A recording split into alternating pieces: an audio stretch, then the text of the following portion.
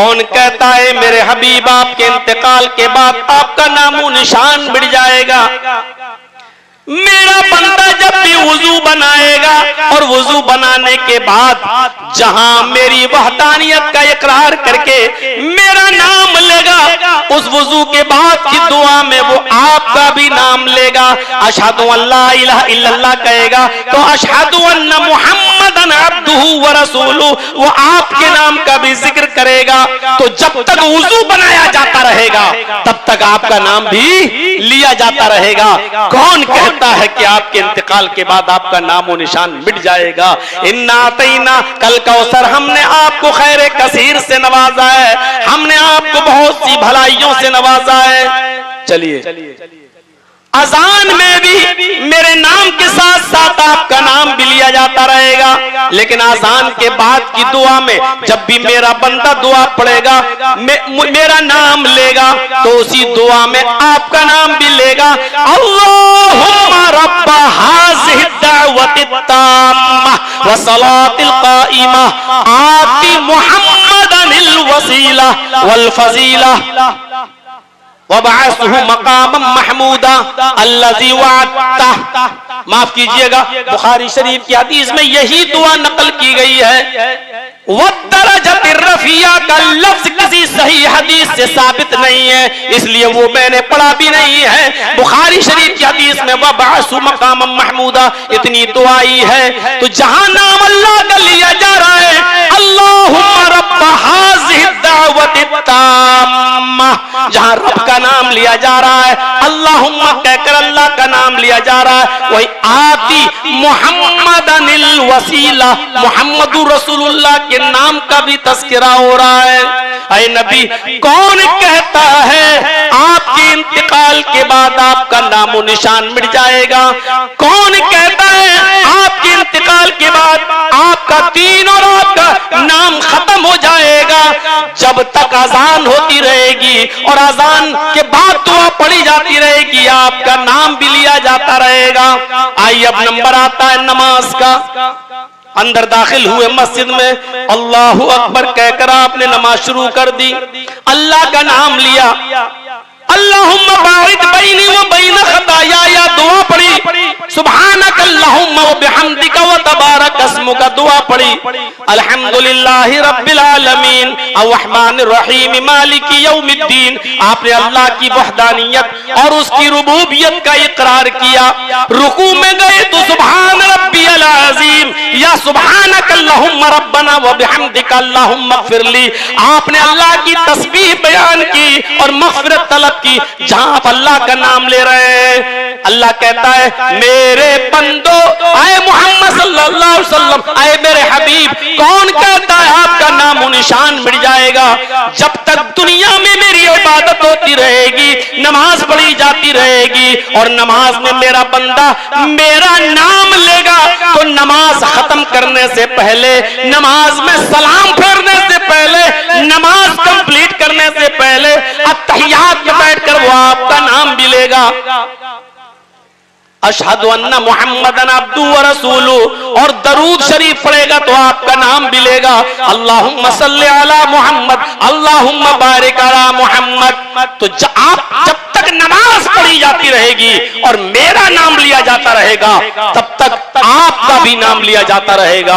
नमाज पढ़ी जा रही है, वुजू हो रहा है, अजान दी जा रही है, इसका मतलब दीन भी बाकी रहेगा। कौन कहता है कि आपके इंतकाल के बाद ये दीन मिट जाएगा और आपका नाम मिट जाएगा? दीन भी बाकी रहेगा और आपका नाम भी बाकी रहेगा, ये नहीं मिटेगा। कौन कहता है कि आपका दीन, आपका नामो निशान, ये सब चीजें खत्म हो जाएंगी? नहीं मेरे भाइयों, ये चीजें बाकी रहेंगी तो आपका नाम भी बाकी रहेगा। कौन कहता है? और सुनिए, इसी चीज को कहा इस तशविशियते, पूरे विश्व में, पूरे मुल्क में नहीं, पूरे विश्व में, पूरे विश्व में। और इसीलिए नबी अकरम को जगतपति भी कहा गया है, जगतपति कहा गया है, पूरे विश्व का रक्षक। अश्वमा शुकमा रूहा देव दत्त जगतपति आसिना साधुतमनम षडेश्वर्या गुणन्विता। अश्वमा शुकमा रूहा, अश्व मानी घोड़े को कहते हैं अश्व। कल्कि को, अंतिम ऋषि को, निराशंस को एक घोड़ा दिया जाएगा। उस घोड़े पर वो सवार होकर शुकमारूहा, बिजली से भी ज्यादा तेज रफ्तार से चलने वाले घोड़े पर बैठेगा और आकाशीय यात्रा करेगा, या आसमान का सफर करेगा। घोड़ा शुकमारूहा, बिजली से भी ज्यादा तेज रफ्तार से। ये बिजली तो थी नहीं, आसमानी बिजली। आसमानी बिजली जो बादल में जो कड़कते हैं, बिजली जो चमकती है, उस बिजली की तरफ इशारा। वो घोड़े की रफ्तार आसमानी बिजली की तरह होगी, आकाशीय बारिश वाली बिजली। 1 सेकंड में 1,86,000 मील की रफ्तार तय करती है वो रोशनी। 1 सेकंड में 1,86,000 मील की रफ्तार तय करती है। कहा कि वो उस घोड़े पर बैठेगा जो बिजली से भी ज्यादा तेज रफ्तार से चलेगा, और कहा आकाशीय यात्रा करेगा। अरबी में इस तेज रफ्तार से चलने वाले घोड़े को या सवारी को अरबी में बुर्राक कहा जाता है, जो बर्क से बना है। अरबी में बर्क के माना भी होते हैं बिजली के, और बुर्राक उसी से बना है। उसकी रफ्तार बिजली से भी ज्यादा तेज रफ्तार से थी। ये चीजें अगर मौलवी और पंडित दोनों बयान करने लगे तो फिर बहराइश जैसे दंगे होने का कोई सवाल ही पैदा नहीं होता है। लोगों में प्रेम और भाईचारा पैदा होगा। अवाम बिल्कुल नहीं चाहती है कि लोगों में नफरतें पैदा हों।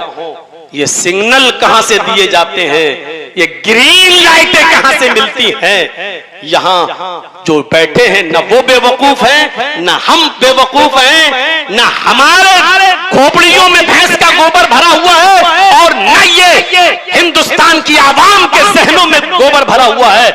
ये अच्छी तरीके से जानते हैं कि सिग्नल मिलते कहां से हैं, और सिग्नल मिलते ही ये सारे हादसे क्यों होते और कैसे होते हैं, वो सिग्नल कौन देता है? मेरे भाइयों, मेरा नाम लेना जरूरी नहीं है, लेकिन लोग इतने बेवकूफ है नहीं, लोग इतने पागल नहीं है, और लोग इतने आज ना समझ नहीं है कि वो समझ नहीं सके कि इतनी बड़ी जुर्रत और इतनी बड़ी हिम्मत पैदा कैसे होती है लोगों के अंदर, और किसकी पुष्टि पनाही होती है। अश्वमा शुगमा रूहा देवदत्त जगतपति, वो घोड़ा बुर्राक, बिजली से भी ज्यादा तेज रफ्तार, उस पर बैठकर अल्लाह के नबी ने आकाशीय यात्रा की। यानी आप गए बैतुल मक़दिस और फिर गए जन्नत और जहन्नम का दीदार किया, मेराज हुई आपकी। बताना यह था वो घोड़ा किसको दिया जाएगा, वो बुर्राक किसको मिलेगा? जगतपति। जगतपति, जगत के माना विश्व, दुनिया, वर्ल्ड, और पति के माना रक्षक, पति के माना मुहाफिज। पूरी दुनिया के मुहाफिज को, पूरी दुनिया के रक्षक को। एक औरत के पति को, दूल्हा को पति इसीलिए कहा जाता है क्योंकि वो अपनी पत्नी, अपनी बीवी की पूरी जिंदगी का मुहाफिज हो जाता है। निकाह करने के बाद उसने उसको अपनी हिफाजत में ले लिया, उसको इसीलिए पति कहा जाता है क्योंकि वो अपनी बीवी की इज्जत और आबरू का मुहाफिज है। पति के माना दूल्हा नहीं होते हैं, पति के माना रक्षक के होते हैं। अगर पति के माना दूल्हा के करोगे तो बहुत खराबियां पैदा हो जाएंगी। राष्ट्रपति, तर्जमा करो, क्या करोगे? राष्ट्र मानी देश, पति मानी दूल्हा, पूरे देश का दूल्हा। और उस हिसाब से आप क्या कहोगे?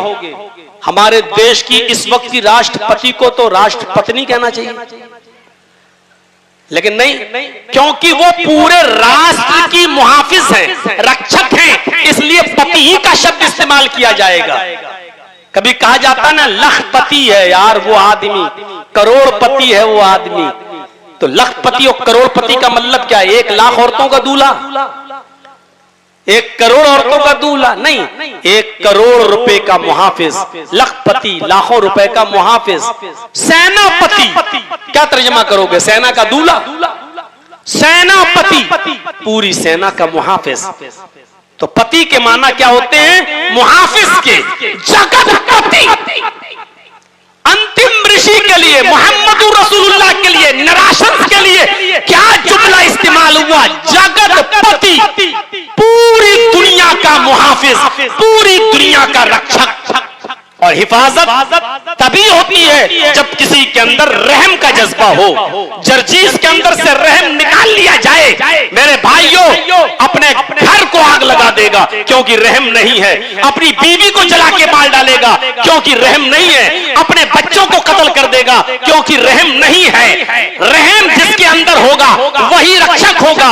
इसलिए कुरान ने जगतपति के लफ्ज को रहमतुल लिल आलमीन के सिफत से मुत्तसिफ कर दिया है, क्योंकि जब रहमत होगी तभी हिफाजत होगी। वमा अरसलनाका इल्ला रहमतल लिल आलमीन, ऐ मोहम्मद सल्लल्लाहु अलैहि वसल्लम, हमने आपको पूरी दुनिया का रक्षक नहीं बल्कि पूरी दुनिया के लिए रहमत बनाकर भेजा है। पूरे विश्व के लिए, पूरे आलम के लिए, सारी कायनात के लिए हमने आपको रहमत बनाकर भेजा है।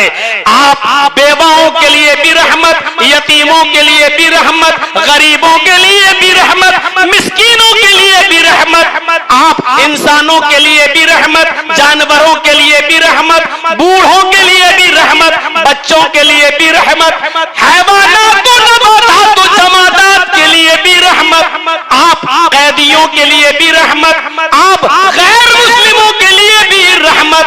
आपकी रहमत आम है, आप रहमतुल लिल आलमीन है, आपकी रहमत सबके लिए है। जब रहमत सबके लिए है तो सब मुहाफिज है, आप सबके मुहाफिज हैं क्योंकि सबके ऊपर आप रहम करते हैं। तो मेरे भाइयों, ये जुमला इस्तेमाल किया है। कौन कहता है कि आपका नामो निशान मिट जाएगा? लक़द कान लकुम फी रसूलिल्लाहि उस्वतुन हसना, लक़द कान लकुम फी रसूलिल्लाहि उस्वतुन हसना। रसूलुल्लाह सल्लल्लाहु अलैहि वसल्लम की जिंदगी में तुम्हारे लिए बेहतरीन नमूना है। अल्लाह ताला ने नबी अकरम की पूरी जिंदगी को नमूना बना दिया है। आपकी पूरी जात को आइडियल और मॉडल और नमूना बना दिया है। आप नबी के नाम की बात करते हो? नहीं, नबी का नाम तो बाकी रहेगा ही। नबी की हर अदा को सुन्नत और उसवे हसना बना दिया है। जमीन पे चलो तो वैसे जैसे मोहम्मदुर रसूलुल्लाह को चलते हुए देखा है, बैठो तो वैसे जैसे मोहम्मदुर रसूलुल्लाह को बैठते हुए देखा है, सो तो वैसे जैसे मोहम्मदुर रसूलुल्लाह सोते थे, खाओ तो वैसे जैसे मोहम्मदुर रसूलुल्लाह खाते थे, पियो तो वैसे जैसे मोहम्मदुर रसूलुल्लाह पीते थे, शादियां करो तो वैसे जैसे मोहम्मदुर रसूलुल्लाह ने करके दिखाई है। और आपने बताया है गर्ज ये के उठना, बैठना, लेटना, सोना, जागना, खाना, पीना, शादी, ब्याह, नमाज, रोजा, हज, ज़कात, सारी इबादत वैसे करो जैसे मोहम्मदुर रसूलुल्लाह ने बताई है, क्योंकि लक़द कान लकुम फी रसूलिल्लाहि उस्वतुन हसना, हमने तो तुम्हारे लिए मोहम्मदुर रसूलुल्लाह को मॉडल और आइडियल बना के भेजा है। ये खैर कसीर नहीं है, रसूल की जात को ही मॉडल बना दिया। कयामत के दिन अल्लाह जर्जीस से ये सवाल नहीं करेगा, जर्जीस साहब जोहर की 10 पढ़ते थे कि 12 पढ़ते थे। कयामत के दिन अल्लाह ये नहीं पूछेगा जर्जीस साहब मगरिब की 5 पढ़ते थे कि 7 पढ़ते थे, मौलाना जर्जीस साहब तरावी 8 पढ़ते थे या 20 पढ़ते थे। अल्लाह ये सवाल नहीं करेगा। अल्लाह ये कहेगा हमने तो तुम्हें एक आइडियल दिया था, एक मॉडल दिया था, एक नमूना दिया था, मुझे बताओ तुम्हारी नमाजें उस आइडियल, उस नमूने के मुताबिक हैं या नहीं है? होंगी तो कबूल, नहीं होंगी तो रिजेक्ट। वो आइडियल, आपको किसी कंपनी का कोई कलम, कोई पेन आपको पसंद आ जाए और आप उस मसलन ये बोतल है 100 ml की, 200 ml की, आप कोई बहुत पसंद आई, आप इस फैक्ट्री के पास गए और आपने उससे कहा साहब ये आपकी कंपनी का हमें मॉडल बहुत पसंद आया है, मुझे 1000 बॉटल ऐसी बना दीजिए। उसने कहा ठीक है, आप 2 दिन के बाद आकर ले जाइएगा, आपका ऑर्डर मिल गया, मैं तैयार कर दूंगा, इतना रुपया लगेगा। आपने कहा ठीक है मैं दूंगा। 2 दिन के बाद लेने गए, उसने आपके इस मॉडल के मुताबिक बोतल नहीं बनाई। उसने सोचा इतनी बोतलें बनाने में बहुत टाइम लगेगा, पानी ही तो भरना है, तो बजाय 200 ml के हम 1 लीटर वाली बोतल बना देते हैं। और उसने आपको 1 लीटर वाली बोतल बना के आपको दे दी। और आपने कहा अरे ये क्या किया, मैं तो आपको एक मॉडल लेकर गया था। उसने कहा साहब उसमें टाइम लग रहा था, बोतल ज्यादा थी बनती, आपको पानी तो पीना है, इसमें 200 ml है, उसमें एक 1000 ml, बस फर्क इतना ही तो है। वो 5 गुना ज्यादा बड़ी हो गई है, बोतल भी कम लगेगी, आपका खर्चा भी कम लगेगा। आपने कहा नहीं चाहिए मुझे तो हर एक आदमी को अलग अलग बोतल देना थी। आपने चूंकि मेरे मॉडल के मुताबिक, मेरे नमूने के मुताबिक आपने बोतल नहीं बनाई है, इसलिए हम आपकी बोतल नहीं लेंगे, हटाइए इसको, हमें नहीं चाहिए, हमारा पैसा वापस कर दो। मेरे भाइयों आप नहीं लेंगे, क्यों? क्योंकि उसने आपके मॉडल के मुताबिक, उसने आपके नमूने के मुताबिक बोतल नहीं बनाई, चश्मा नहीं बनाया, पेन नहीं बनाया, या जो मॉडल आप देकर आए उसने उस मॉडल के खिलाफ काम किया है, आपके दिए हुए नमूने के मुताबिक उसने काम नहीं किया, तो आप वो चीज नहीं लेंगे। अल्लाह रब्बुल आलमीन भी ये देखेगा। इधर आओ, तुम्हारा रुकू वैसा था या नहीं था जैसे जनाबे मोहम्मद रसूलुल्लाह ने बताया? तुम्हारा कयाम वैसा था या नहीं जैसे मोहम्मद रसूलुल्लाह ने करके दिखाया? तुम्हारा सजदा वैसे था कि नहीं जैसे मोहम्मद रसूलुल्लाह ने करके बताया? अगर हाँ, हमने तो तुम्हें इबादत करने के लिए एक मॉडल दिया था, एक नमूना दिया था, अगर तुमने उस नमूने के मुताबिक अमल किया तो ठीक है। खड़े होकर कहो ना जर्जीस साहब कि मैंने 2000 रकातें पढ़ी हैं, अल्लाह हमने रात रात भर इबादतें की हैं, मुंह पे मार दी जाएंगी, इसलिए कि अल्लाह के दिए हुए मॉडल और नमूने के मुताबिक नहीं है। आप जब कयाम करते थे, हजरत आयशा फरमाती हैं कि मैं घर में नबी की नमाज देखा करती थी, जब आप कयाम करते थे तो ऐसा लगता था कि अब रुकू नहीं करेंगे, करना भूल गए। जब रुकू करते थे तो ऐसा लगता था जैसे रुकू से अब उठेंगे ही नहीं और रुकू ही में सारा वक्त लगा देंगे। जब रुकू से उठते दोनों हाथों को बुलंद करते और कहते समी अल्लाहु लिमन हमीदा रब्बना वलकल हम्द, इतनी देर तक अल्लाह के नबी रुकू के बाद खड़े रहते कि मैं ये समझने लगती सजदा करना भूल गए, सजदा करना भूल गए। नबी के नमाज को देखो, आइडियल देखो, नमूना देखो मेरे भाइयों। अल्लाह के नबी रुकू के बाद जब सजदे में जाते तो इतनी देर खड़े रहते कि ऐसा लगता कि जैसे सजदा करना भूल गए। सजदा करके उठते, पहला सजदा किया, पहला सजदा करके बैठे। सहाबा कहते हैं दूसरा सजदे में जाने से पहले इतनी देर तक बैठे रहते कि मुझे लगता कि दूसरा सजदा करना भूल गए।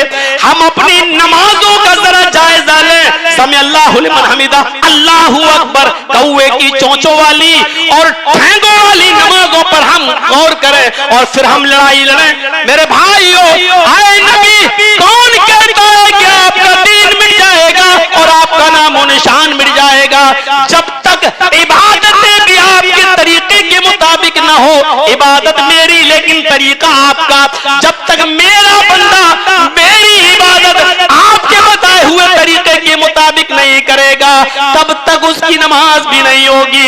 इसलिए फरमाया लक़द कान लकुम फी रसूलिल्लाहि उस्वतुन हसना, हमने आपकी जिंदगी को, मोहम्मद रसूलुल्लाह की जिंदगी को लोगों के लिए तुम्हारे लिए नमूना बना दिया है। रसूलुल्लाह की जिंदगी में तुम्हारे लिए बेहतरीन आइडियल है, बेहतरीन नमूना है। इसलिए याद रखिएगा, उठना, बैठना, लेटना, सोना, जागना, खाना पीना, शादी ब्याह, नमाज रोजा, हज, ज़कात, तिजारत, बिजनेस, लेन देन, ये सारी चीजें शरीयत में मौजूद हैं। उसका तरीका बताकर गए हैं अल्लाह के नबी सल्लल्लाहु अलैहि वसल्लम। अगर हमारा नबी के तरीके पर नहीं है तो फिर मामला गड़बड़ है,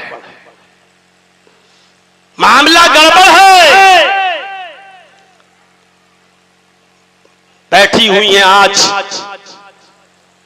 तलाकशुदा लड़कियां, समाज के अंदर हालात इतने खराब हैं कि अगर किसी का शौहर मर जाए और 2 बच्चे छोड़कर जाए तो बेचारी वो खातून अब डर की वजह से शादी नहीं करती है कि अब लोग क्या कहेंगे, देखो 2 बच्चे भी हैं, अब इन्हीं को पढ़ाएंगे लिखाएंगे, अब पाल पोस के बड़ा कर लेंगे, अब हम दूसरी शादी नहीं करेंगे।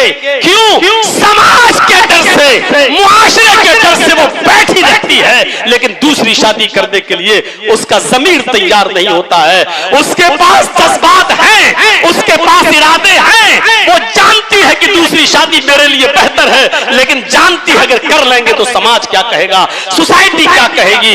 मेरे भाइयों, हजरत खुनैस, बुखारी उठाइए, हजरत खुनैस रज़ी अल्लाह ताला अन्हु जो जंगे बद्र के अंदर जख्मी हो गए, ये हजरत उमर फारूक रज़ी अल्लाह ताला अन्हु के दामाद थे और नबी अकरम ने अपनी बेटी हजरत खुनैस को दी हुई थी सफिया।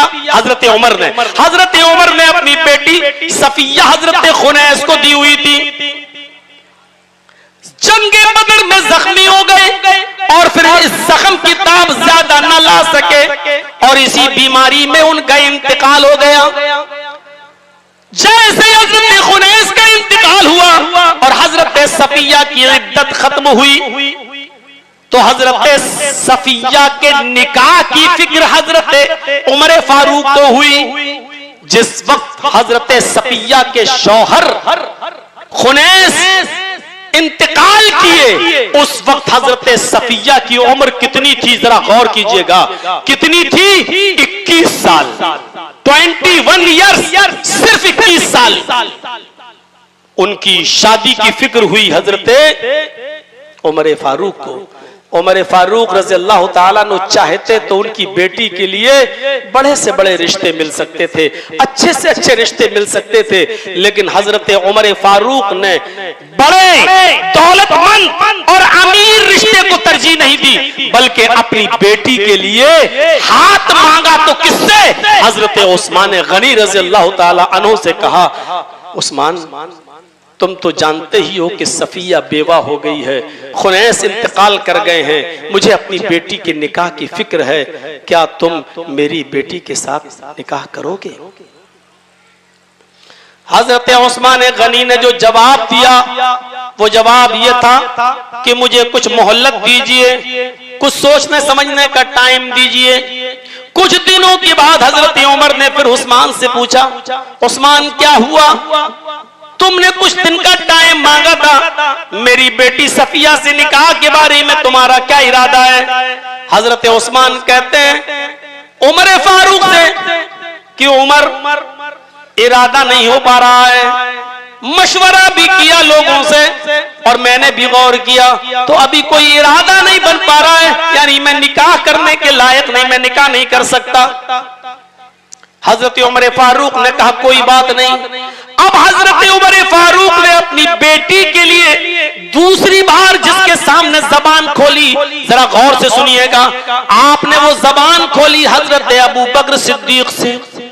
आए अबू बकर, तुम तो जानते ही हो कि मेरी बेटी बेवा हो गई है, खुनैस का इंतकाल हो गया है, मैं चाहता हूं कि अपनी बेटी का हाथ तुम्हें दे दूं और तुम मेरी बेटी सफिया से निकाह कर लो। हजरत अबू बकर सिद्दीक ने कोई जवाब नहीं दिया।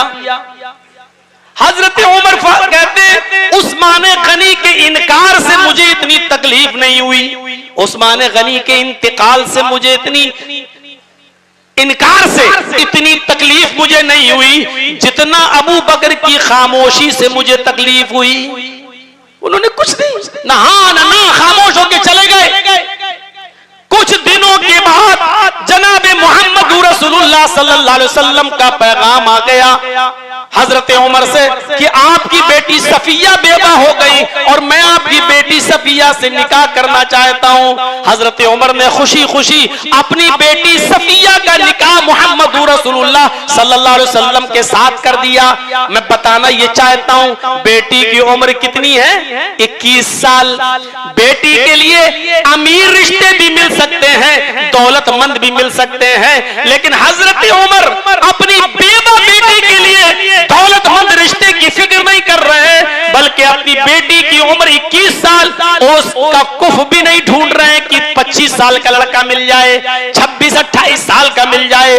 उनके लिए हजरत उस्मान से गुफ्तगू कर रहे हैं। उस्मान, क्या तुम मेरी बेटी से निकाह करोगे? हजरत उस्मान गनी जो तकरीबन हजरत उमर फारूक की उम्र के, जरा गौर करो। आज के जमाने में तो बहुत जल्दी कह दिया जाता है इतनी छोटी लड़की से, अरे वो तो उसकी बेटी की उम्र की है। ये सोच, ये ज़हनियत हमारे मुआशरे में हो सकती है। बेटी जैसी लड़की से शादी कर ली, अरे बेटी जैसी, अरे वो तो उसको बेटी बना लेना चाहिए, अरे वो तो उसकी बेटी लगती है। ये हमारे मुआशरे में ये ज़हनियत तो हो सकती है, लेकिन शरीयत के अंदर ये ज़हनियत का कोई सबूत नहीं है। मेरे भाइयों, फिर जब उस्मान गनी ने इनकार किया तो हजरत अबू बकर की उम्र और मोहम्मद रसूलुल्लाह की उम्र तकरीबन 2-2.5 साल का फर्क, बस इससे ज्यादा नहीं। जरा आप अंदाजा लगाइए। लेकिन अबू बकर सिद्दीक ने जब कोई जवाब नहीं दिया तो मोहम्मद रसूलुल्लाह के साथ निकाह हो गया। बाद में हजरत अबू बकर सिद्दीक ने उस्मान गनी को हजरत उमर को पकड़ा और कहा, शायद तुम मुझसे नाराज हो। कहा, जी मैं नाराज हूं। आप खामोश हो गए, आपने मुझे जवाब के लायक नहीं समझा, इसलिए नाराज हूं। हजरत अबू बकर सिद्दीक ने कहा, ये नाराजगी खत्म करने के लिए मैं आया हूं, आपकी बेटी से निकाह करने के लिए मुझे कोई एतराज नहीं था। आपने जब मुझे पैगाम दिया तो मुझे कोई एतराज नहीं था, लेकिन मैंने मोहम्मद रसूलुल्लाह को तज़किरा करते हुए सुना था, वो आपकी बेटी से निकाह करना चाहते थे और मुझे मालूम था नबी का इरादा, लेकिन नबी के इस राज को फाश करना मैंने मुनासिब नहीं समझा। मैंने सोचा अगर अल्लाह रब्बुल आलमीन की तरफ से ये हुक्म होगा तो नबी का निकाह हो ही जाएगा, और नहीं होगा तो बाद में मैं तो कर ही लूंगा। लेकिन नबी अकरम सल्लल्लाहु अलैहि वसल्लम मुझसे कह चुके थे, अपना राज बता चुके थे, और मैंने अपना नबी का ये राज आपसे जाहिर करना मुनासिब नहीं समझा। जब ये बात कही तब नाराजगी दूर हुई हजरत उमर फारूक के दिल से। मैं बताना ये चाहता हूं कि बेवा या मुतल्लका औलाद की इतनी फिक्र होती थी, ये बाप की जिम्मेदारी है कि अपनी तलाकशुदा बेटी और बेवा बेटियों का निकाह कराएं। समाज और सोसाइटी को अगर आप बुराइयों से पाको साफ रखना चाहते हो, अगर आप चाहते हो कि अय्यारी और मक्कारी और अय्याशी से हमारा मुआशरा पाको साफ रहे, तो रसूलुल्लाह के इस तरीके को भी नाफिज करना होगा। मेरे भाइयों, उन बेवा और मुतल्लका लड़कियों की शादी की फिक्र भी पूरे समाज को होनी चाहिए। लड़की के माँ बाप को भी, लड़के के माँ बाप को भी, और समाज को इस नजर से, समाज को बचना चाहिए इस नजरिए से कि अच्छा 4 बच्चियों की अम्मा अब शादी करेगी, 4 बच्चों का बाप अब शादी करेगा, अब तो उसको अपने बेटों की शादी कराना चाहिए, चला अपनी शादी करने के लिए।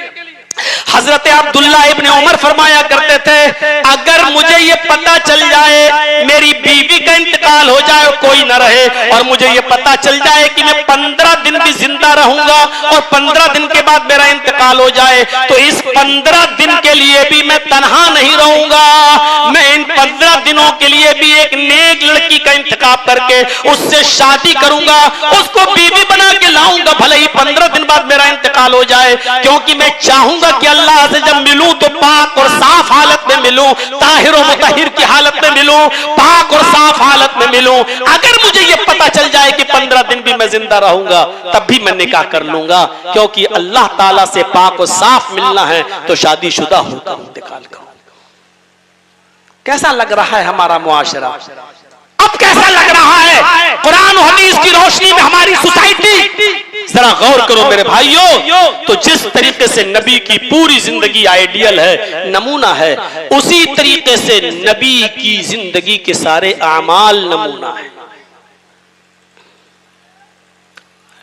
आपकी नमाज की तरह हमारी नमाज, आपके रोजे की तरह हमारे रोजे, और अमल और आपकी दावत। जर्जीस तकरीर कर रहे, आपके सामने कर रहा है, मेरी तकरीर से अगर एक आदमी भी सुधर गया और राह रास्त पे आ गया तो आप अंदाजा लगाइएगा, जब तक वो नेक अमल करेगा जितना सवाब उसको मिलेगा उतना ही सवाब उसको भी यानी मुझे भी मिलेगा, क्योंकि वो मेरी तहरीक से मुतासिर हुआ है और मेरी दावत व तबलीग से। या जितने उलमा बैठे हैं यहाँ पर, किसी एक की बात से मुतासिर होकर वो बाअमल हो गया तो जितना वो अमल करेगा, जितना सवाब अमल करने वाले को मिलेगा उस मुहर्रिक को भी मिलेगा जिसकी तहरीक पर वो आदमी बाअमल हुआ है और अमल करने वाला बन गया है। इस हिसाब से देखा जाए तो मोहम्मदुर रसूलुल्लाह की खैर कसीर का क्या आलम होगा। मेरे भाइयों, अव्वल दाई तो मोहम्मदुर रसूलुल्लाह है। मोहम्मदुर रसूलुल्लाह सल्लल्लाहु अलैहि वसल्लम की दावत पर अबू बकर ईमान लाए, मोहम्मदुर रसूलुल्लाह की दावत पर हजरत खदीजा ईमान लाई, मोहम्मदुर रसूलुल्लाह की दावत पर हजरत उमर इस्लाम लाए, सहाबा लाए और फिर सहाबा की कोशिशों से ताबईन और तबा ताबईन और फिर ये और आज तक और कयामत तक जितने मुसलमान। अब आप गौर करो, अबू बकर की जितनी नमाजें हैं, जितने रोजे हैं, जितने हज और जितनी ज़कातें हैं, जितने कारे खैर हैं, जितना सवाब अबू बकर को मिलेगा उतना ही सवाब जनाबे मोहम्मदुर रसूलुल्लाह को भी मिलेगा। उमर फारूक की सारी नेकियों का सवाब जितना उमर को मिलेगा उतना जनाबे मोहम्मदुर रसूलुल्लाह को भी मिलेगा। हजरत खदीजा को जितना मिलेगा उतना ही जनाबे मोहम्मदुर रसूलुल्लाह को भी मिलेगा। सहाबाए किराम को जितना उनकी नेकियों पर सवाब मिलेगा उतना ही सवाब जनाबे मोहम्मदुर रसूलुल्लाह सल्लल्लाहु अलैहि वसल्लम को भी मिलेगा। मेरे भाइयों, और आज हम और आप जितनी इबादतें कर रहे हैं और कयामत की सुबह तक जितने मुसलमान अल्लाह की इबादत करेंगे, नमाजें पढ़ेंगे, रोजे रखेंगे, हज करेंगे, ज़कातें देंगे, नेक काम करेंगे, जितना सवाब इन सबको मिलेगा, हमें और आपको मिलेगा और उन कयामत तक पैदा होने वालों को मिलेगा, उतना ही सवाब जनाबे मोहम्मदुर रसूलुल्लाह को भी मिलेगा, क्योंकि आप अव्वल दाई और अव्वल मुहर्रिक हैं इस दावत के, इस इस्लाम की दावत के। इसलिए जैसे दुनिया में जब भी कोई कत्ल करेगा तो उसका पहला कत्ल का गुनाह काबिल के सर पे लादा जाएगा, क्योंकि काबिल ने दुनिया में सबसे पहला कत्ल किया है। जिस दुनिया में जितने भी कत्ल होंगे उन कातिलों को तो गुनाह पड़ेगा ही, वही गुनाह काबिल के सर पर भी लादा जाएगा, क्योंकि अव्वल कत्ल का मौजिद वही काबिल है। हाबिल का भाई और आदम का बेटा, उसको गुनाह पड़ेगा। ऐसे ही दुनिया में जितने मुसलमान जितनी नेकियां करेंगे उतना सवाब मोहम्मदुर रसूलुल्लाह को भी मिलेगा, क्योंकि आप अव्वल दाई हैं। अव्वल तो कौन कहता है कि आपका नामो निशान मिट जाएगा। ये खैरे कसीर दी है हमने, आपको खैरे कसीर से नवाजा है, खैरे कसीर से हमने आपको नवाजा है। मेराज की दौलत जो अभी मैंने बताया था, गए बैतुल मक़दिस और फिर वहां से गए आप, सफर किया बुर्राक के जरिए। ये नियामत किसको मिली? मोहम्मदुर रसूलुल्लाह सल्लल्लाहु अलैहि वसल्लम को। क्या ये खैर कसीर में से एक खैर नहीं है? नबी अकरम जनाबे मोहम्मदुर रसूलुल्लाह को जो बहुत सी खैर मिली है उनमें से एक खैर ये भी है कि आपको मेराज की दौलत से माला माल किया गया है। मेरे प्यारे साथियों, आइए और चलिए शफाअत देखिए। शफाअत ये हक भी नबी अकरम सल्लल्लाहु अलैहि वसल्लम को मिलेगा, कयामत का दिन होगा। ये तो आपने मौलवियों से 50 बार सुना होगा। लोग इस नबी के पास जाएंगे, लोग उस नबी के पास जाएंगे, लोग इधर जाएंगे और अपनी अपनी शिकायतें करेंगे, अपने अपने गुनाह को याद करके कहेंगे हमारी सिफारिश करवाइए, और सारे पैगंबर मना कर देंगे, सारे नबी मना कर देंगे और साफ तौर पर कह देंगे, साफ तौर पर कि हम तुम्हारी कोई भी मदद नहीं कर सकते हैं। वो अपना अपना खता और अपनी अपनी गलती बता देंगे और लास्ट में लोग जनाब मोहम्मदुर रसूलुल्लाह सल्लल्लाहु अलैहि वसल्लम के पास आएंगे। तब नबी अकरम सल्लल्लाहु अलैहि वसल्लम उनकी बात गौर से सुनेंगे और अल्लाह से सिफारिश करेंगे। शिफाअत का हक नबी अकरम को हासिल होगा। हदीस के अल्फाज ये, बुखारी के अल्फाज ये हैं कि आप उन लोगों की बातें सुनकर शिफाअत के लिए सजदे में गिर जाएंगे। शिफाअत के लिए नबी अकरम जनाब मोहम्मद रसूलुल्लाह सल्लल्लाहु अलैहि वसल्लम सजदे में गिर जाएंगे और अल्लाह की हम्दो सना बयान करेंगे जितनी अल्लाह चाहेगा, और अल्लाह जितनी आपकी जबान से निकलवाना चाहेगा उतनी हम्दो सना अल्लाह के नबी अल्लाह की अदा करेंगे। उसके बाद आवाज आएगी, इरफा रासक, आए मोहम्मद सल्लल्लाहु अलैहि वसल्लम अपने सर को उठाओ, आए मोहम्मद सल्लल्लाहु अलैहि वसल्लम अपने सर को उठाओ। नबी अकरम सल्लल्लाहु अलैहि वसल्लम अपना सर उठाएंगे। अल्लाह ताला कहेगा सल, कहा जाएगा सल, मांगो तो होता, जो मांगोगे तुम्हें दिया जाएगा। वशफ़ी तुशफ़ा, सिफारिश करो, शिफाअत करो, आपकी सिफारिश कबूल की जाएगी। तब अल्लाह के नबी इस इजाजत के बाद सिफारिश का काम करेंगे, सिफारिश, और फिर अल्लाह ताला जितने लोगों को चाहेगा उतने लोगों को बख्श देगा। नबी जितनों को चाहे बख्शवा दें, ये नहीं होगा। अल्लाह के नबी का सबको दे दो, जन्नती कर दो तो सब जन्नती, ऐसा नहीं होगा। अल्लाह के नबी सिर्फ सिफारिश करेंगे। ये अल्लाह की मर्जी पर मौकूफ है कि अल्लाह जितनों को चाहेगा उतनों को बख्श देगा और जन्नत में भेज देगा। मंज़ल्लज़ी यशफ़उ इंदहु इल्ला बिइज़्निह, कौन है जो अल्लाह की इजाजत के बगैर उसके दरबार में सिफारिश कर सके?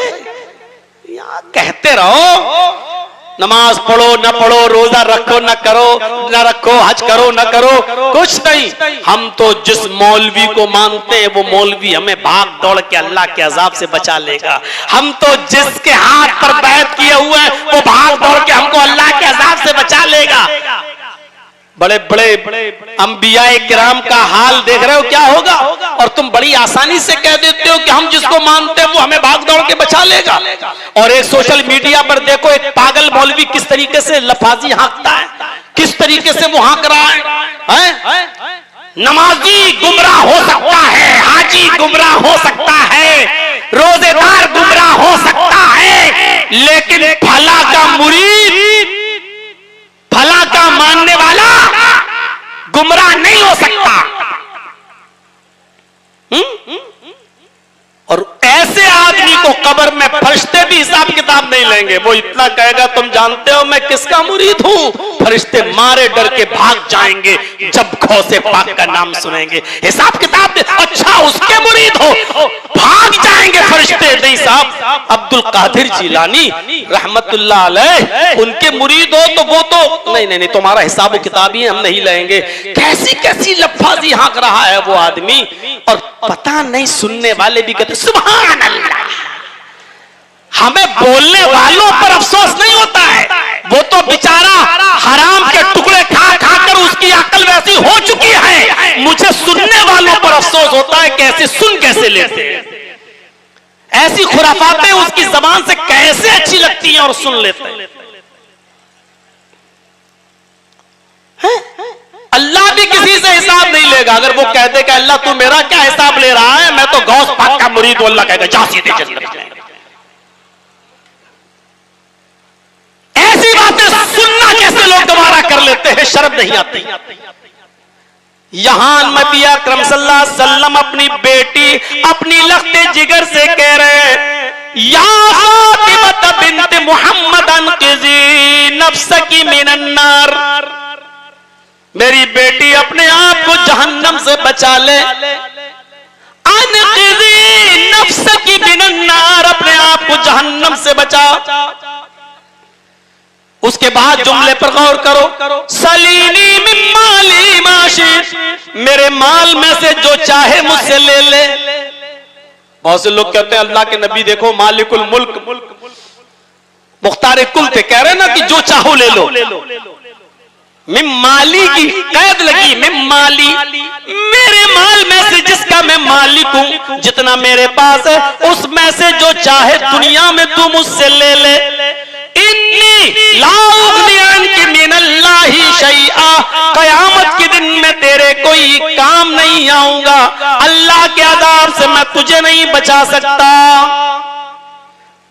ये हमारे नबी है और वो कह रहा है कि नमाजी गुमराह हो सकता है, हाजी गुमराह हो सकता है, रोजेदार गुमराह हो सकता है, तौहीद वाला गुमराह हो सकता है, लेकिन गौस का मुरीद गुमराह नहीं हो सकता है। सबसे बड़ा गुमराह तो यही है।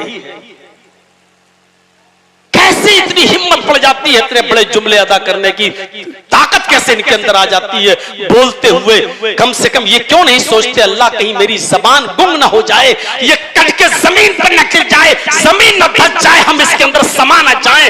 लोग किस तरीके से बेबुनियाद बातों को कह देते हैं। उनकी किताब खुली तो तालिबीन अगर पढ़ लेते मेरे भाइयों तो अकल आ जाए। अल्लाह की वहदानियत का क्या एतराज किया है अब्दुल कादिर जिलानी बगदादी रहमतुल्लाह अलैह ने, और अहले तौहीद की पहचान भी एक ही बताई है। उन्होंने कहा 72 फिरके जहन्नमी, एक जन्नती, और जन्नती फिरके का नाम ले। अहले हदीस ये ना समझने लगे कि हमको कहा है, हम असहाबुल हदीस, हम अहलुल हदीस। उन्होंने कहा कुरान और हदीस पर अमल करने वाले जन्नती। ये अहले हदीस अपने आप को न समझें जो अपनी बेटियों को बिठाए हुए हैं 30-30 साल की और शादियां नहीं करा रहे हैं, अभी तो पढ़ रही है। जब किसी राम किशोर और राजकुमार से के साथ जब कोर्ट मैरिज करेगी तब एहसास होगा ये हमने क्या किया। नबी अकरम की कोई बात मसलहत से खाली नहीं है। बच्चे जैसे ही बालिग हो वैसे ही निकाह करा दो, वैसे ही। और आज के इस दौर में तो और जल्दी सोशल मीडिया पर 8 साल और 10 साल की जब लड़कियां इंस्टाग्राम पर वो सारी चीजें जान गई हैं जो कभी जमाने में 20 और 25 साल की लड़कियों को उसका इल्म नहीं होता था।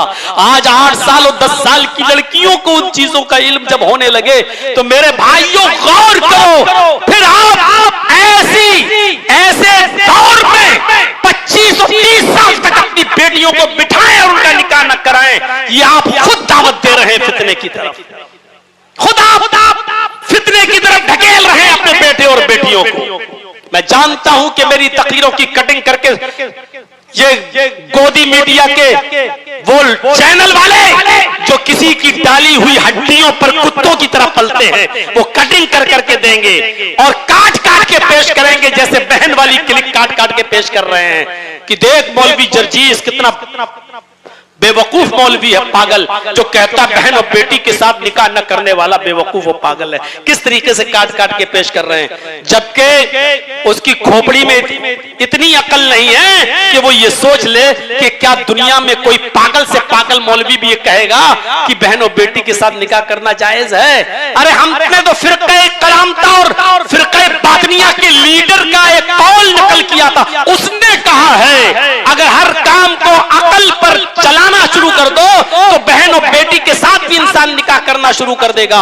इसलिए इस्लाम के अंदर अकल से काम लेना जरूरी है, लेकिन अकल को हर जगह पर फिट बिठाना यह जरूरी नहीं है, क्योंकि अकल का एक दायरा होता है, अकल का एक दायरा है, उससे ज्यादा बोझ उसके ऊपर डालोगे तो वो बर्दाश्त नहीं कर सकती। मसलन सोना जानते हो ना, गोल्ड तौलने की एक तराजू आती है, कांटा आता है, उस पर 50 ग्राम 100 ग्राम आप सोना रखेंगे वो वजन बता देगा कितनी 50 ग्राम 10 ग्राम 20 ग्राम सोने का वजन उस पे हो जाएगा। लेकिन सोना तौलने वाले कांटे पर तराजू पर आप पहाड़ रख दीजिए तो तराजू का क्या हाल होगा। एक पहाड़ी को ले आए और उस सोना तौलने वाली तराजू पर रख दे तो उसका वजन बताएगी नहीं, तराजू टूट जाएगी।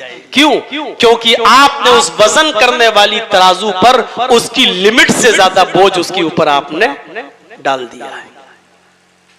आपकी आंख देखती है लेकिन जर्जीस अपने सामने बैठे हुए लोगों को देख रहा है, दिल्ली, बंबई, कलकत्ता, लखनऊ के लोगों को नहीं देख रहा है। ये हमारी आंखों का एक दायरा है, हमारे कान सुन रहे हैं, आप जर्जीस की तकरीर सुन रहे हैं, सुनाई दे रही है, लेकिन अमेरिका का, लंदन का शोर हंगामा आपको नहीं सुनाई दे रहा है, क्योंकि आपके कानों में उतने सुनने की ताकत नहीं है। ऐसी अकल का एक दायरा है, अकल का एक दायरा है। हर चीज को अल्लाह ने पैदा किया है। आपकी अकल का दायरा सही है, आप सही सोच रहे हैं कि हर चीज का खालिक अल्लाह है। अब आप ये सोचो कि अल्लाह को किसने पैदा किया है, ये आपकी अकल का दायरा नहीं है। अब आप अपनी अकल से वो सवाल कर रहे हैं, आपकी अकल उसके लिए बनाई नहीं गई है। यानी सोने की तराजू पर पहाड़ को लाकर तौल रहे हैं, वो तराजू पहाड़ तौलने के लिए है ही नहीं। आप अपनी अकल से वो सवाल कर रहे हैं कि अल्लाह को किसने पैदा किया, जिसके लिए आपकी अकल बनाई ही नहीं गई है। इसलिए शरीयत के अंदर बहुत से अहकाम ऐसे हैं जिस पर हमें आमन्ना और सद्दकना कहना है, अपनी अकल को नहीं दौड़ाना। मसलन मोजे के ऊपर मसा करना। आप मसा करते हैं सर्दियों के दिनों में, तो आप पानी से हाथ ऐसे करेंगे आप, जबकि चलते फिरते मिट्टी नीचे लगेगी, गंदगी नीचे लगेगी, नापाकी नीचे लगेगी, लेकिन मसा आप कहां करते हैं? ऐसे। ये आपका मसा हो गया ऊपर। जबकि अकल क्या कहती है? नीचे होना चाहिए, क्योंकि गंदगी नीचे लगती है, नापाकी नीचे लगती है, लेकिन नीचे करने का हुक्म नहीं है, ऊपर। क्यों? हमें नहीं मालूम, अल्लाह के नबी सल्लल्लाहु अलैहि वसल्लम ने हमें बता दिया, हमें मानना है।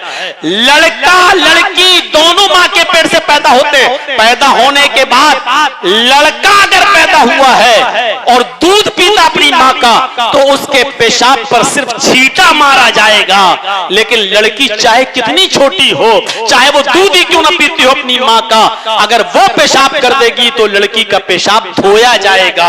लड़की और लड़के के पेशाब में ये फर्क क्यों, हमें नहीं मालूम। हमारी अकल इस लायक नहीं है जो ये समझ सके। हमारे नबी ने कह दिया, हमें मानना है। मेरे भाइयों, इसी तरीके से हर चीज का खालिक अल्लाह है, हमने मान लिया। लेकिन अल्लाह को किसने पैदा किया, ये सवाल जब आए तो फौरन कहो औज़ु बिल्लाहि मिनश शैतानिर रजीम, क्योंकि आप अपनी अकल से वो सवाल कर रहे हैं जिसके लिए आपकी अकल को बनाया ही नहीं गया है। आप अपनी अकल से उसकी लिमिट से ज्यादा काम ले रहे हैं, इसके लिए हमारी और आपकी अकल बनाई ही नहीं गई है।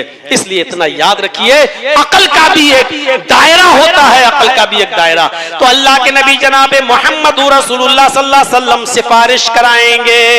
ये अल्लाह की मर्जी के ऊपर मौकूफ है कि जितने लोगों को करेगा बख्शेगा, बख्श देगा। लेकिन अल्लाह के नबी को सिफारिश का और शिफात का हक दिया जाएगा। बहुत सी चीजें जो जनाब मोहम्मद रसूलुल्लाह को खैर कसीर में दी गई हैं, उनमें से एक चीज इताअत इत्तिबा भी है। कितनी बड़ी खैर, कितनी बड़ी खैर है ये। हमें हर हाल में रसूल की इताअत करना है, और रसूल की इताअत करेंगे तो क्या मिलेगा? कुल्लु उम्मती यदखुलूनल जन्नह इल्ला मन अबा। मेरी उम्मत का हर शख्स जन्नत के अंदर जाएगा। हर उम्मती मेरा, हर शख्स जन्नत में जाएगा, इल्ला मन अबा, लेकिन वो नहीं जिसने मेरा इनकार किया। क़ालू मन या अबा या रसूल अल्लाह। सहाबा ने सवाल किया, अल्लाह के नबी इनकार करने वाला कौन है? ऐसा कौन शख्स होगा जो आपका इनकार करे, आपको मानता भी और आपका इनकार भी करे? फरमाया मन अतानी दखलल जन्नह। जो मेरी इताअत करेगा वो जन्नत के अंदर दाखिल होगा। जो मेरी इताअत करेगा वो जन्नत के अंदर दाखिल होगा। वमन आसानी फकत अबा, और जिसने मेरी नाफरमानी की उसने इनकार किया। मन अतानी, रसूल की इताअत बाइसे दुखूल जन्ना है, यानी जन्नत में दाखिल करने का बाइस बनेगी, और रसूल की नाफरमानी हमें जहन्नम में ले जाएगी। आए नबी, हमने आपको बहुत से खैर से नवाजा है, आपकी इताअत को आपकी उम्मत पर फर्ज करार दे दिया है। जब तक उनको जन्नत ही नहीं मिलेगी, तब तक उनको जन्नत नहीं मिलेगी, जब तक वो आपकी इताअत न कर लें, आपकी फरमाबरदारी न करें। तो मोहम्मदुर रसूलुल्लाह की इताअत करना और फरमाबरदारी करना हर मुसलमान के लिए जरूरी है। रसूलुल्लाह की इताअत और फरमाबरदारी भी खैर कसीर, नबी अकरम का अमल भी खैर कसीर, नबी अकरम सल्लल्लाहु अलैहि वसल्लम की शिफाअत भी खैर कसीर में सफर मेराज रात भी खैर कसीर, आपकी साथ को उसमें हसना बनाया, ये खैर कसीर। हाँ, आपको जो भलाइयां और खूबियां दी गई हैं उनमें एक भलाई ये भी है कि आपको हौज़े कौसर अता फरमाया गया है। अल्लाह के नबी फरमाते हैं इन्नी फरतुकुम अलल हौज़, कयामत के दिन मैं हौज़े कौसर पर बैठा हूंगा मैदाने महशर में। मैं जब हिसाब किताब हो चुका होगा सबका, मैं हौज़े कौसर पर बैठा हूंगा, मैं तुम्हारा मीरे कारवा हूंगा। लोग मेरे पास आएंगे पानी पीने के लिए, क्योंकि जो हौज़े कौसर का पानी पी लेगा फिर उसको अरसे महशर में फिर प्यास नहीं लगेगी। 50,000 साल का वो दिन होगा, इस दिन की प्यास सूरज की जासोस तपिश होगी, बहुत गर्मी का आलम होगा, लोग पसीने में गोता लगा रहे होंगे। ऐसे मौके पर अल्लाह के नबी फरमाते मम्मर्रा अलैया शरिबा वमन शरिबा लम यस्मा बादा, जो गुजरेगा मेरे पास से मैं उसको पानी पिलाऊंगा। हौज़े कौसर पे मैं बैठा हूंगा, तुम्हारा मीरे कारवा हूंगा, जो मेरे पास से गुजरेगा मैं उसको पानी पिलाऊंगा। मम्मर्रा अलैया शरिबा, जो मेरे पास से गुजरेगा पानी पिएगा। वमन शरिबा लम यज़्मा बादा, और जो एक बार पानी पी लेगा उसके बाद उसको प्यास नहीं लगेगी। वो पानी बर्फ से ज्यादा ठंडा, दूध से ज्यादा सफेद होगा, शहद से ज्यादा मीठा होगा। जो एक बार उस पानी को पी लेगा फिर जब तक वो मैदान महशर में रहेगा उसको प्यास नहीं लगेगी। फरमाते अला यरिदन्ना अलैया अक़वाम, मेरे पानी पिलाने के दरमियान कुछ लोग हमारे पास आएंगे पानी पीने के लिए। जैसे वो मेरे करीब आएंगे युहालु बैनी व बैनहुम, फरिश्ते उनके और मेरे दरमियान दीवार हाइल कर देंगे, एक पर्दा लगा देंगे। कहां जा रहे हो? पानी पीने। नहीं जा सकते हो। क्यों? अल्लाह के नबी जब ये देखेंगे मेरे उम्मती आ रहे हैं और फरिश्तों ने रोक दिया तो कहेंगे यारिफूनी व आरफुहुम, आने दो इनको, ये मुझे जानते हैं मैं इनको जानता हूं, ये मुझे पहचानते हैं मैं इनको पहचानता हूं। तब फरिश्ते कहेंगे अय अल्लाह के नबी इन्नका ला तदरी मा अहदसू बअदक, आप इनको सही से नहीं पहचान रहे हैं। आपके दुनिया से रुखसत हो जाने के बाद, आपके इंतकाल के बाद इन लोगों ने आपके दीन के अंदर नई नई चीजें इजाद कर ली थी, नई नई बिदअतें इजाद कर ली थी, आपकी तरफ मंसूब कर दिया था। कैसे जायज के फतवे देने की कोशिशें की जाती हैं। देख लीजिए 12 तारीख आने दीजिए रबीउल अव्वल की, और अभी गुजरी है। और आपको मालूम होगा पाकिस्तान के अंदर क्या हुआ, 20 किलो का एक केक काटा गया, 20 किलो का 12 रबीउल अव्वल को 20 किलो का एक केक, और उस केक पे लिखा था मुहम्मदुर रसूलुल्लाह, पूरे केक पर मुहम्मदुर रसूलुल्लाह। और उस केक को काटते हुए कहा गया था हैप्पी बर्थडे या रसूल अल्लाह, ये कहकर उस पर छुरी चलाई गई थी और खिलाया गया था एक दूसरे को। जश्न मनाया गया 12 रबीउल अव्वल को 20 किलो का केक काटकर, और उस पर लिखा था मुहम्मदुर रसूलुल्लाह। लफ्ज़े मोहम्मद पर छुरी चलाते हुए ए बेगैरतों, तुम्हारे ज़मीर क्यों नहीं पिघले? तुमने लफ्ज़े मोहम्मद पर छुरी चलाना कैसे गवारा कर लिया? कल तक जब हजरत अली से कहा जा रहा था और खुद अल्लाह के नबी कह रहे थे लफ्ज़े मोहम्मद रसूलुल्लाह जो लिखा है, और ये सुहैल नामी कुरैश का सरदार ये कह रहा हम आपको रसूलुल्लाह मानते ही नहीं है, आप रसूलुल्लाह काटिए, उसके बाद हम आपसे सुलह करेंगे। जब हजरत अली ने कलम हाथ में लिया, अल्लाह के नबी ने फरमाया कि इसको काट दो, तो हजरत अली रज़ियल्लाहु ताला अन्हु ने जो जवाब दिया था वो जवाब ये था अय अल्लाह के रसूल, अल्लाह ने आपको रसूलुल्लाह बनाकर भेजा है, मेरे हाथों में इतनी जुर्रत नहीं है, मेरे हाथों में इतनी ताकत नहीं है कि मैं उस रसूलुल्लाह के लफ्ज़ को काट दूं जिसको अल्लाह ने रसूल बनाकर भेजा है। अल्लाह के नबी ये काम मैं नहीं कर सकता, मुझसे ये काम मत करवाइए और मुझे काटने का हुक्म मत दीजिए, मेरे हाथों में इतनी ताकत नहीं। तब अल्लाह के नबी ने कलम अपने हाथ में ले लिया और फरमाया है अली, तब मुझे ये बता दो कि कहां लिखा हुआ है। और जब हजरत अली ने बताया तब अल्लाह के रसूल ने सुलह के खातिर, शांति बहाल, अमन व अमान कायम हो उसके लिए आपने लफ्ज़ रसूलुल्लाह काट दिया। जिस लफ्ज़ रसूलुल्लाह को काटने के लिए हजरत अली का हाथ कांप गया, बेगैरतो, तुम्हारे ज़मीर क्यों नहीं कांपते, तुम्हारे दिल क्यों नहीं कांपते, और अपने आप को आशिक रसूल होने का दावा करते हो, लेकिन शर्म तुम्हें नहीं आती। 20 किलो का केक काट बनाकर मोहम्मद रसूलुल्लाह लिखकर उसको टुकड़े टुकड़े किया गया, छुरी से काटा गया और खिलाया गया और बाकायदा जश्न मनाया गया। यही मोहब्बत रसूल का मयार है। फरमाया फरिश्तों ने, ऐ मोहम्मद रसूलुल्लाह सल्लल्लाहु अलैहि वसल्लम, आप इनको बुला रहे पानी पिलाने के लिए, नहीं ये पानी नहीं पिएंगे, ये हकदार नहीं है। इन्नका ला तदरी मा अहदसू बअदक, आपके इंतकाल के बाद इन्होंने आपके दीन को बदल दिया था, नई नई चीजें दीन के अंदर ईजाद कर दी थी। अल्लाह के नबी जब ये सुनेंगे तो कहेंगे तब ठीक है, सोहकन सोहकन लिमन गय्यर दीनी, मेरी आंखों के सामने से भी इनको दूर कर दो जिन्होंने मेरे दीन को बदल दिया था। हटा दो मेरी आंखों के सामने, हटा दो हौज़े कौसर से, नहीं पिलाओ इनको पानी, ना आने दो इनको, ये हमारे दीन को बदलने वाले लोग हैं, हटा दो। मेरे भाइयों, बिदातियों को वहां से हटा दिया जाएगा, दीन में नई नई चीजें निकालने वालों को हौज़े कौसर में नबी अकरम के हाथ का पानी भी नहीं मिलेगा। ये नबी अकरम की खैर कसीर थी। और खुद जात के ताल्लुक से देख लो, इब्ने माजा की रिवायत है, अल्लाह के नबी सल्लल्लाहु अलैहि वसल्लम फरमाते हैं, आसमान से 2 फरिश्ते जमीन पर आए, एक फरिश्ता ऊपर रुक गया और दूसरा फरिश्ता नीचे आया। नीचे वाला फरिश्ता ऊपर वाले फरिश्ते से कहता है, नीचे वाला फरिश्ता ऊपर वाले से पूछता है, हुआ हुआ, क्या ये वही रसूल है जिसकी तरफ हमें भेजा गया है? ऊपर वाला फरिश्ता कहता, काला नाम, हाँ यही है।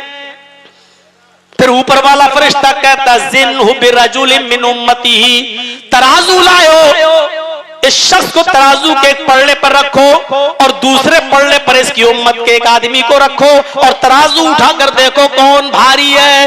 अल्लाह के नबी फरमाते हैं, फवज़िनतु बिही, मैं उसके साथ तौला गया, जब तराजू उठाई गई, फरजहतुहु, तो मैं उस आदमी से भारी निकला, यानी मेरा वजन उस आदमी से ज्यादा भारी था। ऊपर वाले फरिश्ते ने नीचे वाले फरिश्ते को हुक्म दिया, जिन्हु बिआशरा, इसको 10 आदमियों के साथ तौलो। अल्लाह के नबी फरमाते हैं, 10 आदमी तराजू के एक पल्ले पर रखे गए और मैं अकेला एक तरफ रखा गया, मैं अकेला एक तरफ रखा गया, 10 आदमी एक तरफ रखे गए और मैं अकेला एक तरफ, और तराजू उठाई गई, फरजहतुहुम फवज़िनतु बिहिम फरजहतुहुम, जब तराजू उठाई गई मुझे तौला गया तो मैं उन 10 से ज्यादा भारी निकला। ऊपर वाले फरिश्ते ने कहा, जिन्हु बिमियतिन, इस आदमी को 100 लोगों के साथ तौलो। 100 आदमी तराजू के एक पल्ले में रखे गए, मैं अकेला एक पल्ले में रखा गया, तराजू उठाई गई, फरजहतुहुम, तो मैं उन 100 से ज्यादा भारी निकला। जिन्हु बिअल्फ, ऊपर वाले फरिश्ते ने नीचे वाले फरिश्ते से कहा कि इस आदमी को 1000 आदमियों के साथ तौलो, इस आदमी को 1000 लोगों के साथ तौलो, इसकी उम्मत के 1000 लोगों को तराजू के पल्ले पर रखा गया और एक तरफ मुझे रखा गया। फिर तराजू उठाई तो अब नक्शा क्या बयान किया अल्लाह के नबी ने, जैसी तराजू उठाई तो वो 1000 लोग इतने हल्के थे, तराजू के हल्के होने की वजह से, मेरी वजन की वजह से इतने हल्के थे, कअन्नी अंजुरु इलैहिम यंतशिरून अलैया मिन खिफ़्फ़तिल मीज़ान, तराजू इतनी हल्की हुई कि वो एक दूसरे के ऊपर गिरने लगा। यानी जैसे कोई भारी चीज, ये एक खाली बोतल हो, तराजू की तरफ रख दो और झटके से ऐसे इस बोतल को ऐसे रख दो तो ये उछल जाएगी, हल्की चीज उछल जाएगी। अल्लाह के नबी फरमाते कि 1000 जब तराजू के एक तरफ रखे गए और मुझसे कहा बैठो, जब मैं दूसरी तरफ बैठा तो 1000 का पल्ला इतना हल्का हो गया कि यंतशिरून अलैया, वो सब इधर उधर बिखर गए, 1000 आदमी इधर उधर मुंतशिर हो गए, यानी मैं 1000 से भारी। ऊपर वाले फरिश्ते ने कहा छोड़ दो, अब नहीं। पूरी उम्मत एक तरफ रख दोगे, पूरी उम्मत तराजू के एक पल्ले पे रख दोगे और मोहम्मद रसूलुल्लाह को दूसरे पल्ले में रख के तराजू उठाओगे तो ये शख्स पूरी उम्मत पर भारी बैठेगा, सारी उम्मत पर भारी बैठेगा।